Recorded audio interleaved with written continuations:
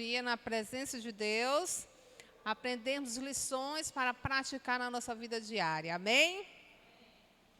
Queridos, hoje nós vamos explanar um pouquinho a vida de uma pessoa que fez algo tão importante.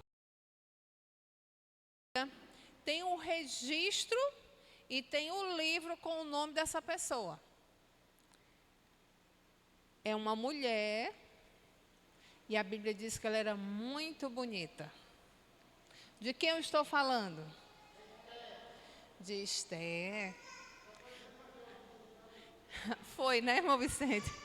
Então, abra a sua Bíblia no livro de Esther.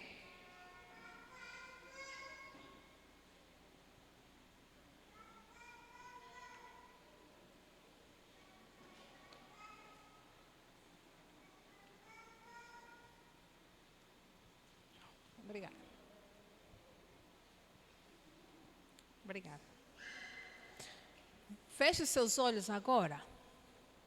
Deus, querido Pai, estamos aqui uma vez mais na Tua presença para rogar a Ti que desça sobre nós, ó Espírito Santo, para que o Senhor nos conceda o entendimento da Tua palavra e para que as lições que aprendermos nessa noite encontrem lugar no nosso coração e faça parte da nossa vida. Nos abençoa nessa noite. É o nosso pedido e nós o fazemos em nome de Jesus. Amém. Queridos, quantos de nós, pelo menos alguma vez na vida, se perguntou se realmente Jesus estava no controle? Principalmente, essa pergunta surge quando nós estamos passando por momentos difíceis. Nós nos perguntamos, por que, Senhor? Para quê? Com que objetivo? Por que o Senhor permitiu? E são perguntas que nos deixam inquietos. Porque de início, nós não temos as respostas. E aí, quando a gente vê um pouquinho da vida de Esther e de como aconteceu a sua história, nós temos agora uma outra perspectiva sobre o cuidado de Deus para conosco. Então, eu espero que nessa noite, ao nós fazermos algumas reflexões nessa história, nós possamos entender qual é o plano de Deus para nós. Onde está Deus quando as coisas ruins acontecem? Será que Ele vê as coisas acontecer? E se Ele vê, por que Ele não intervém? Por que as pessoas inocentes sofrem? Por que pessoas puras são enganadas? Nós temos muitas perguntas, não é? E a Bíblia diz aqui no livro de Esther que o rei Assuero, ele fez uma grande festa e convidou pessoas de perto e de longe, pessoas importantes, e que essa festa durou vários dias. E ele mostrou para os seus convidados as coisas preciosas que ele tinha no seu reino. E ele deixou para o final, para apresentar ali a sua rainha, porque ela era a mais bela de todas as mulheres. E ele tinha orgulho em apresentar a sua esposa. Mas a Bíblia diz que Vasti se negou a se apresentar diante daquele banquete de bêbados. O rei se sentiu desonrado, desrespeitado. Ficou muito decepcionado e chateado. E aí ele recebe agora um conselho, que está registrado aí no livro de Esther, no capítulo 1 e no versículo 19, que diz assim: se bem parecer ao rei, promulgue de sua parte um edito real, e que se inscreva nas leis dos persas e dos medos, e não se revogue, que Vasti não entre jamais na presença do rei Assuero. E o rei deu o reinado dela a outra que seja melhor do que ela. Prontamente, o rei atendeu essa orientação. Até aqui parece uma coisa normal, comum, que poderia ter acontecido. Parece obra do acaso. Agora o rei manda chamar todas as virgens do seu reinado. E você percebe que ele reinava, gente, se você voltar no capítulo 1, no versículo 1, diz aí de onde ele reinava. Diz que desde a Índia até a Etiópia, sobre 127 províncias. Vieram virgens de todas as regiões. Mas não se engane em pensar que essas meninas, elas eram levadas até o rei de livre e espontânea vontade. Não havia nem o consentimento delas e nem dos seus pais. Elas eram obrigadas a ir, eram forçadas a ir. Elas não tinham o direito de se negar, salvo algumas que gostariam de se tornar rainha. Mas a proporção destas era tão pequena que nem existe relatos fidedignos de números. Poderia existir, diz os estudiosos. E agora, a nossa jovem Esther foi levada diante do rei. E no capítulo 2, no verso 17, diz assim: o rei amou a Esther mais do que todas as mulheres, e ela alcançou perante ele favor e benevolência mais do que todas as virgens. O rei pôs-lhes na cabeça a coroa real e a fez rainha em lugar de Vasti. Quando nós lemos esses textos, nós compreendemos algumas coisas. Uma delas é: Deus, Ele permite que algumas coisas aconteçam para cumprir o seu propósito. Se for necessário, Ele vai usar pessoas, eventos, circunstâncias. Nem sempre eventos, pessoas e circunstâncias serão chamadas ou usadas em tempos favoráveis e agradáveis. Mas Deus permitirá que isso aconteça, para que o seu propósito seja alcançado. Às vezes, no início, não se entende muito bem os propósitos das permissividades de Deus. É necessário que o tempo passe para que Deus mostre as suas verdadeiras intenções. E foi o que aconteceu aqui com Esther. Aqui no verso 17 diz que ela tinha uma beleza extraordinária. Assuero achava que Vasti era a mais bonita de todas as mulheres, até conhecer Esther. E uma das coisas que encantou o rei não foi apenas a sua beleza física, mas o seu caráter, o seu respeito, a sua responsabilidade, a sua bondade. Ela foi criada e educada para ser obediente. Esther tinha uma vantagem para ser escolhida. Ela foi criada por um primo tio primo, em algumas traduções,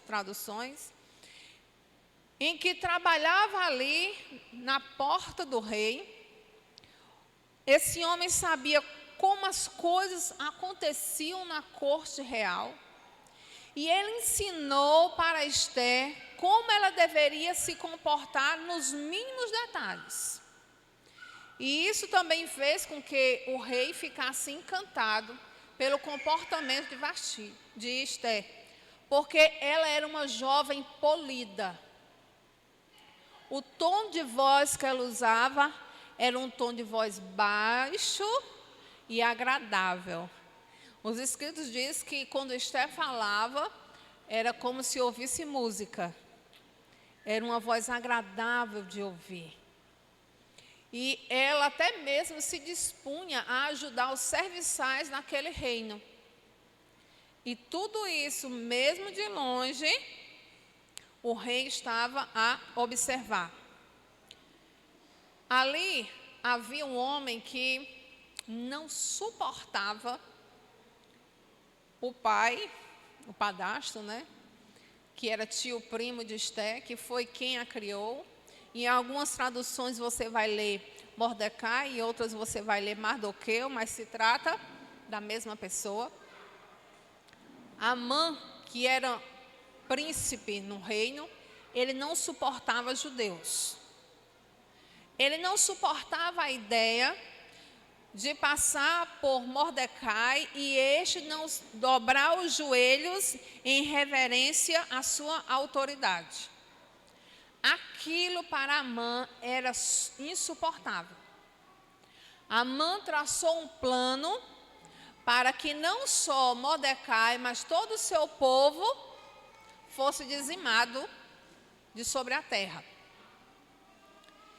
E ele foi tão mal nos seus objetivos que ele enganou o rei, fazendo com que o rei ordenasse um decreto que era irrevogável para que essas pessoas fossem mortas. Só que até aí, nem Amã e nem o rei sabiam que Esther também era judia. Sabe, quando a gente passa para o capítulo 4, vire a página aí na sua Bíblia.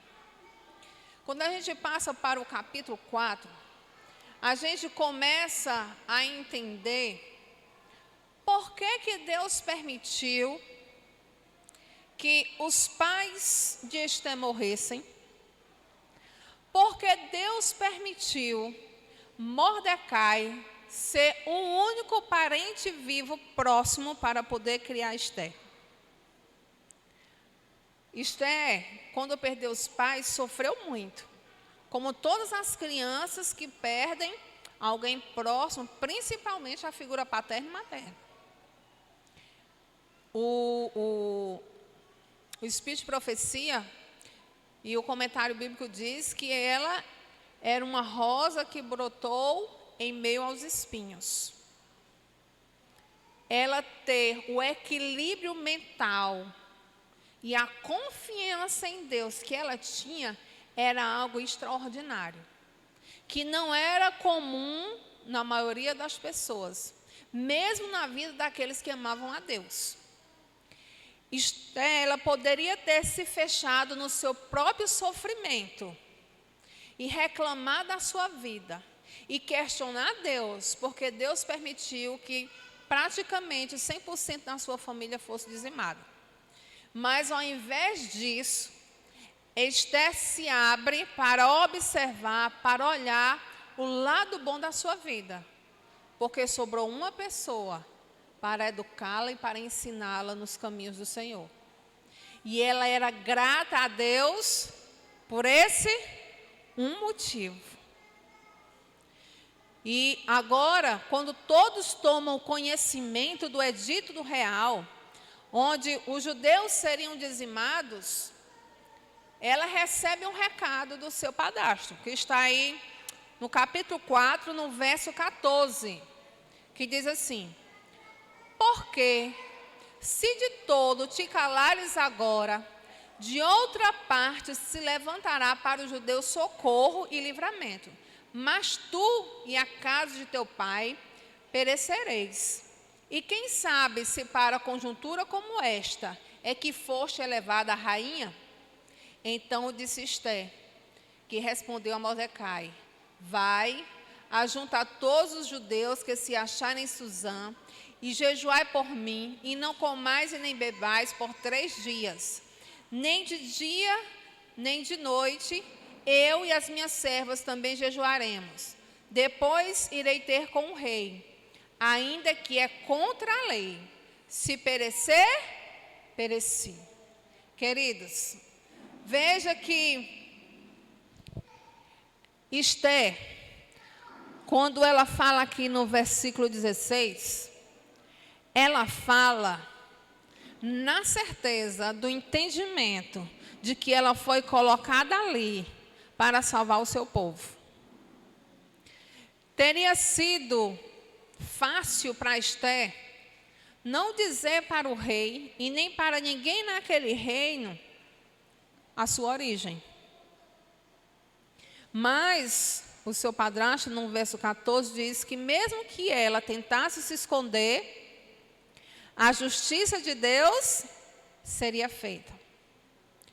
E aí alguns questionam se ela tomou essa decisão de enfrentar o rei, colocando a sua vida em risco, porque de qualquer forma ela já iria morrer. Se ela se omitisse, a justiça de Deus viria.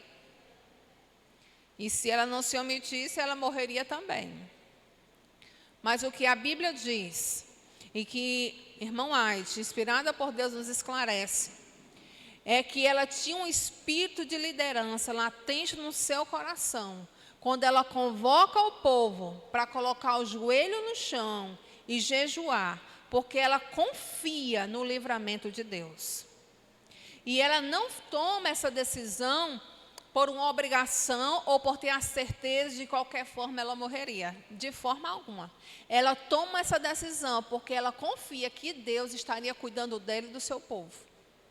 Ela toma a decisão pela fé, porque ela tem certeza que Deus agiria em seu favor. Então ela vai e se coloca à presença do rei. A Bíblia diz que se uma pessoa não fosse convidada, não poderia se colocar à presença do rei, porque poderia morrer se chegasse até ele sem ser convidado, mesmo ela rainha. E ficou assim, mesmo sendo para ela, depois que Vasti deixou de ser rainha. Porque agora o rei temia que a sua nova rainha se comportasse de maneira confrontosa, como foi Vasti, que lhe desrespeitou. Então, em relação a qualquer rainha que ele escolhesse, independente de ter sido Esther ou não, as coisas seriam mais regradas.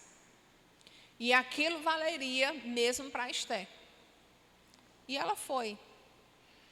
E aí eu lembro de Jesus, quando ele diz que nós não podemos amar mais a nossa própria vida do que a Deus. Esther, ela praticou isso. Ela amou mais a Deus do que a sua própria vida. Porque como ela foi criada no espírito de obediência, e esse espírito cresceu sobre ela, o comentário diz que os olhos do Espírito Santo acompanhavam a vida de Esther e via no seu coração a sua integridade. Então não foi por acaso que ela foi escolhida para ser rainha. Então o que acontece depois? Ela vai à presença do rei, o rei permite que ela fale, ela convida para o primeiro banquete, depois ela convida para o segundo banquete. E perceba que essa atitude corajosa que ela teve como base a oração.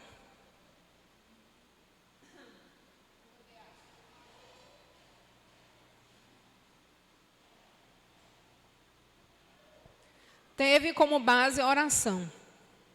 Ela esperou respeitosamente o momento certo para agir. Não há nenhum relato, nem na Bíblia, nem no Espírito de Profecia, nem nos comentários bíblicos que registre que Esther ficou impaciente, perturbada, com raiva, zangada, chateada. Todos os comentários relativos ao comportamento de Esther, nesse período de tensão, diz que ela tinha um semblante sublime, um semblante celeste, que quem olhava para ela sentia paz. Aquele comportamento dela Esther, rainha, judia, como líder, foi fundamental para passar segurança para os seus liderados, para o seu povo.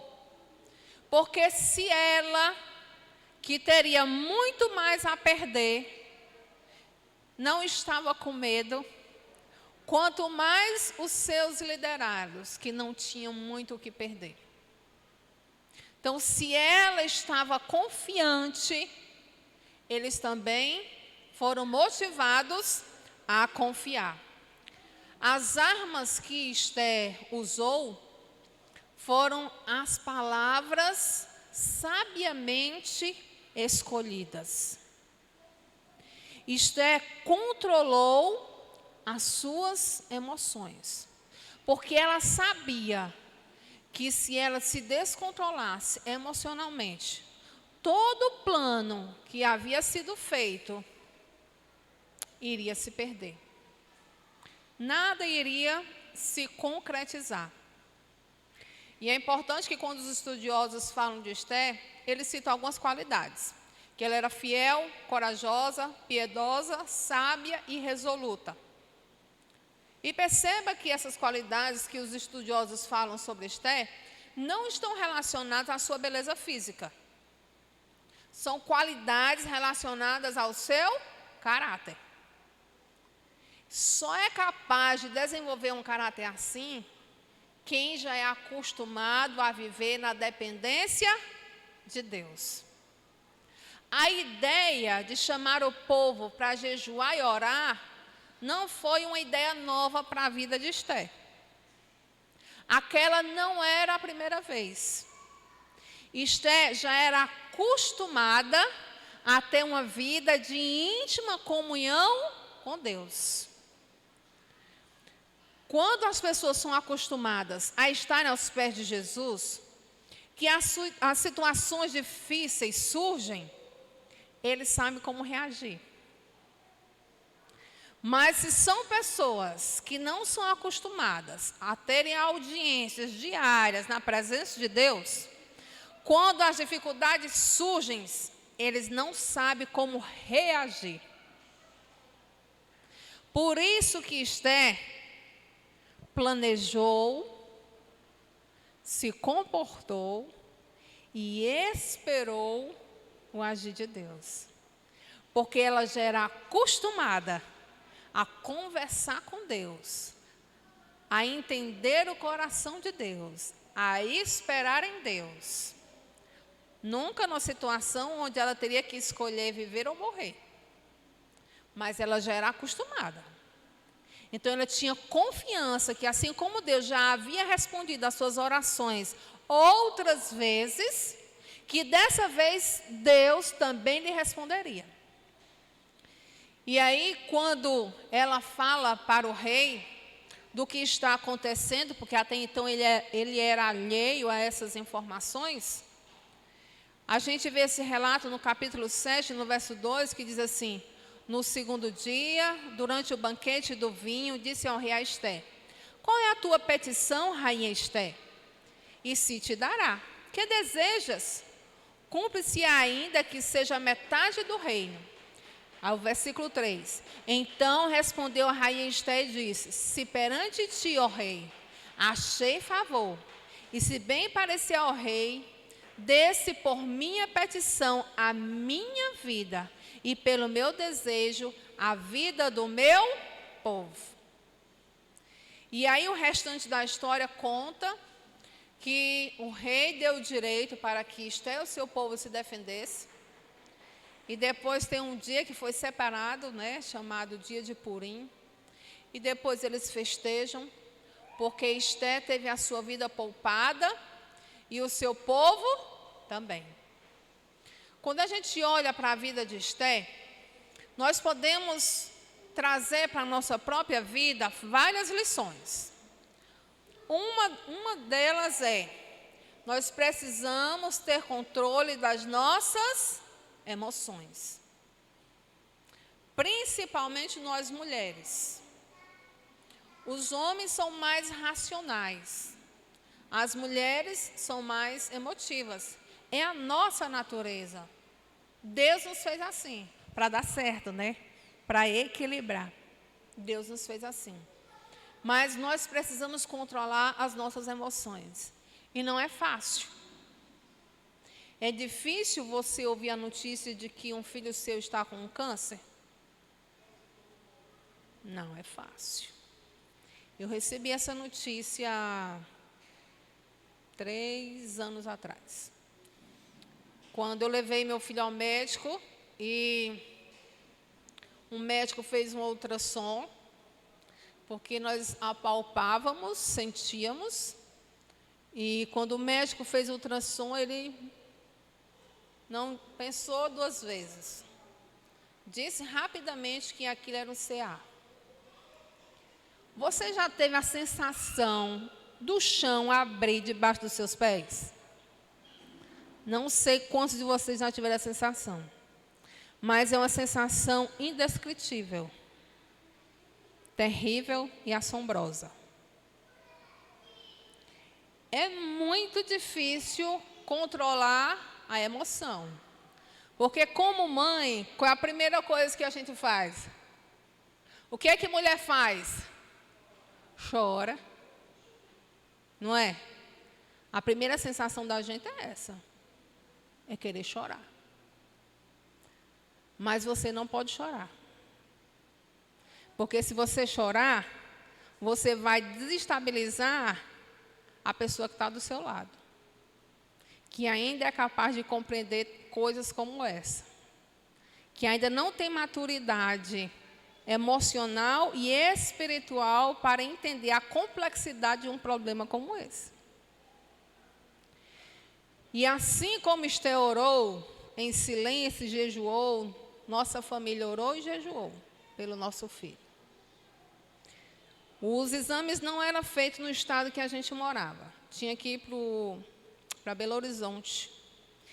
E o resultado, que era para vir em 1 semana, demorou 1 mês. Para sabermos se era maligno, se era benigno, se era tratável, se era cirúrgico ou como seria. Você sabe o que é esperar 1 dia por uma coisa que você está ansioso? E você esperar 1 mês? Sem saber como é que as coisas serão. Eu não sei quantos de vocês já passaram por situações assim ou acompanharam. Mas quem ama a Deus, esse é um momento de uma entrega 100%. Onde mais do que todos os tempos da sua vida, você aprende que se você não estiver nos braços do Senhor, você não tem forças para continuar. Porque você precisa ter forças para você e precisa ter forças para o outro. E quando o resultado chegou, meu esposo não pôde me acompanhar, tinha um concílio pastoral, e eu fui apenas com os meninos para apresentar o resultado para um médico, e o médico abriu, olhou, muitas palavras técnicas, não é? E ficou olhando e lia, e fechava o exame, e coçava a cabeça. E eu disse assim, ou é muito bom, ou é muito ruim. Mas em oração, no íntimo do coração, dizia, Senhor, eu sei que o Senhor vive, e seja feita a sua vontade. Sabe qual é a oração mais difícil para a gente fazer? Senhor, se não for para viver para Ti, se for para deixar os Teus caminhos, envergonhar a Tua causa, leva hoje e prepara.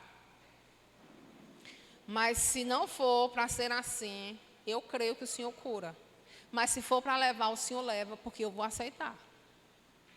Eu prefiro o Senhor levando, preparando antes, para eu receber de novo, quando o Senhor voltar, do que viver e eu e o Senhor perder.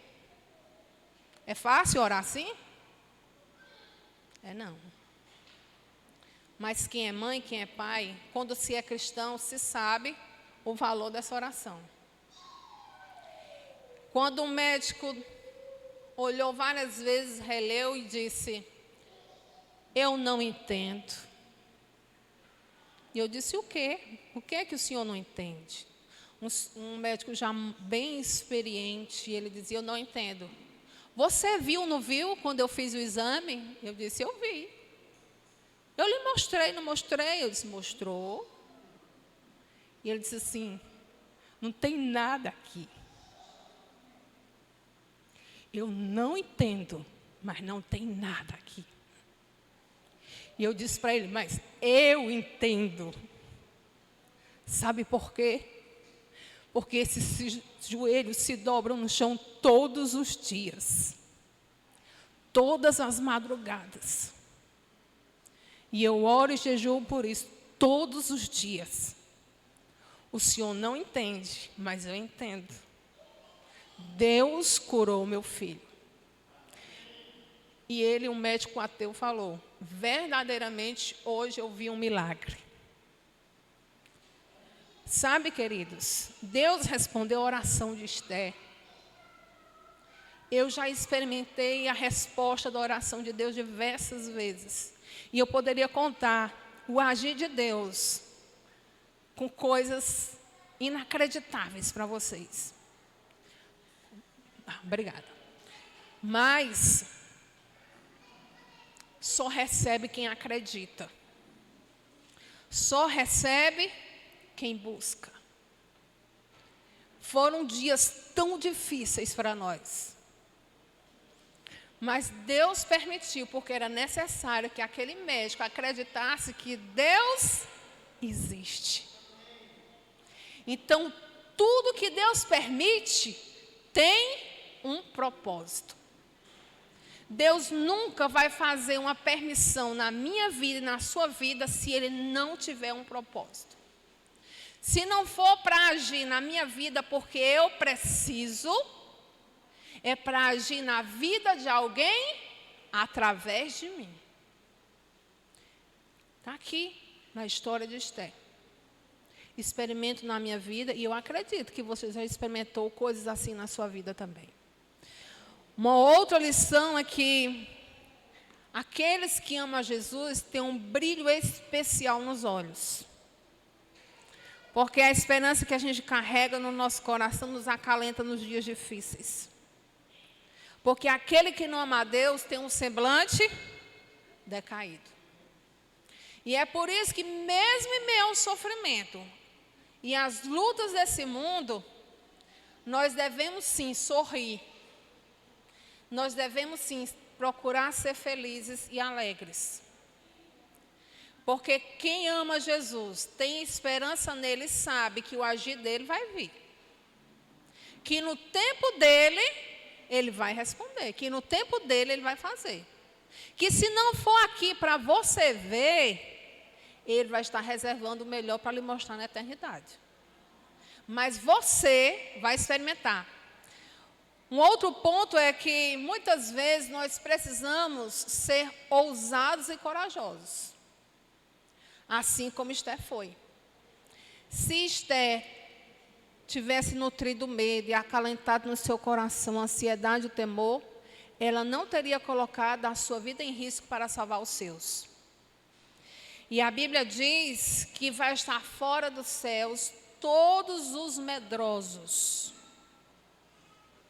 Não, no céu não vai entrar covarde. No céu só vai entrar quem é corajoso. A coragem não é a ausência do medo. A coragem é agir e enfrentar o medo. Porque a gente sabe que não está só. A gente sabe que Deus está com a gente. E a Bíblia diz que nele nós não temos o que temer. E nós precisamos mostrar essa coragem no nosso relacionamento para mostrar Jesus. Lá onde a gente trabalha, lá onde a gente estuda, onde a gente convive. A nossa coragem de mostrar para as pessoas que nós escolhemos estar ao lado de Deus, nos leva para o céu e motiva outros a também querer ir. Mas quando nós somos medrosos e envergonhados, perdemos a nossa salvação E deixamos que outros não tenham a oportunidade de conhecer o Deus que nós conhecemos. Então, Esther ensina que nós devemos ser corajosos. Ela ensina também que nós devemos esperar para agir no momento certo, mas em oração. Que as nossas atitudes e que as nossas escolhas, elas devem ser motivadas antes pela oração. Nós, muitas vezes, ousamos escolher sem procurar a direção de Deus. E a maioria das escolhas dão errado. Primeiro deve-se estar na presença de Deus e perguntar para Deus o que nós devemos fazer. Foi o que Esther fez. Um recado para nós mulheres principalmente. Nós não podemos falar demais. Só o necessário.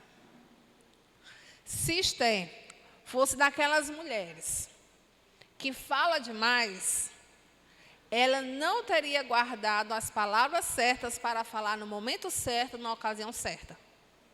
Ela teria feito o que nós cearenses chamamos de passar os pés pelas mãos. Ela teria se atropelado nas próprias palavras.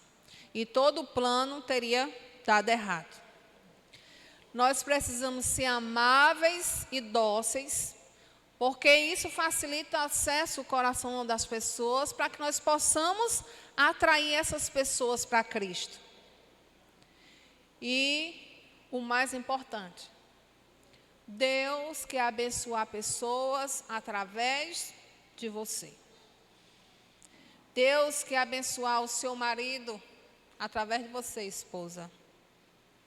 Deus quer abençoar a esposa através do marido. Deus quer abençoar os pais através dos filhos. Deus quer abençoar os filhos através dos pais. Deus quer abençoar aqueles que são sozinhos, adventistas, lá na casa dele. Deus quer abençoar a família inteira. Porque onde tem uma pessoa que ama Jesus, ele é luz. E a Bíblia diz que a luz, quando a luz chega, as trevas se dissipam. Elas vão embora. Que assim como Esther, nós tenhamos o propósito no nosso coração de ser fiel a Deus. De confiar nos seus desígnios. De não duvidar que Ele vai responder a nossa oração. Que o nosso nível de contentamento esteja aliado ao nosso nível de fé. Que seja uma crescente. Que todo dia estejamos galgando degraus e assim nos aproximando do ideal de Deus. Você deseja isso para a sua vida? Então, fique em pé para orarmos juntos.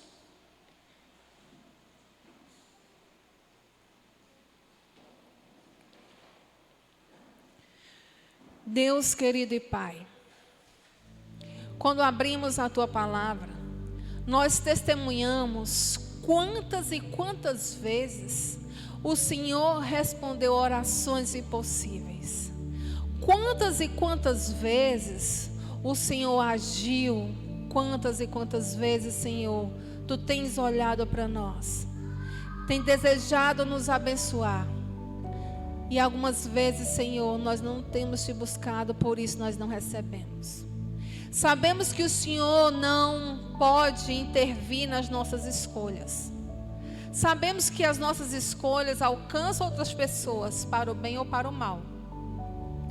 E eu sei que ainda que seja para o mal, o Senhor não pode agir, porque assim o Senhor tiraria o livre-arbítrio do ser humano.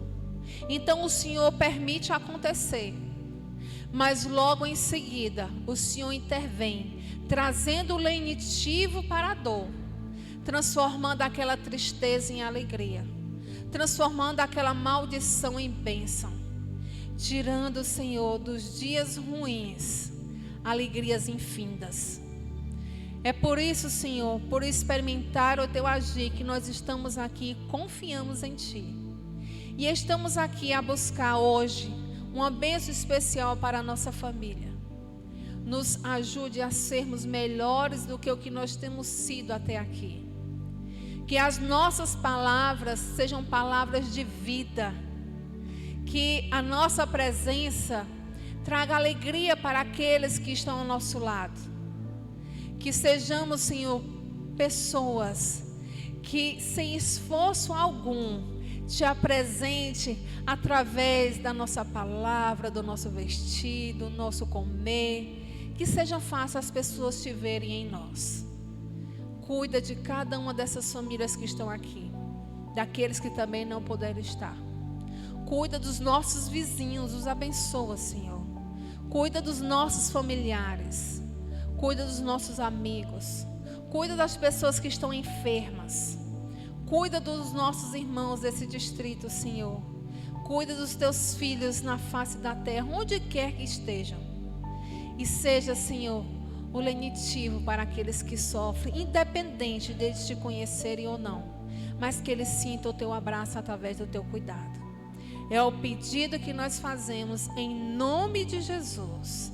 Amém. Amém. Vamos cantar.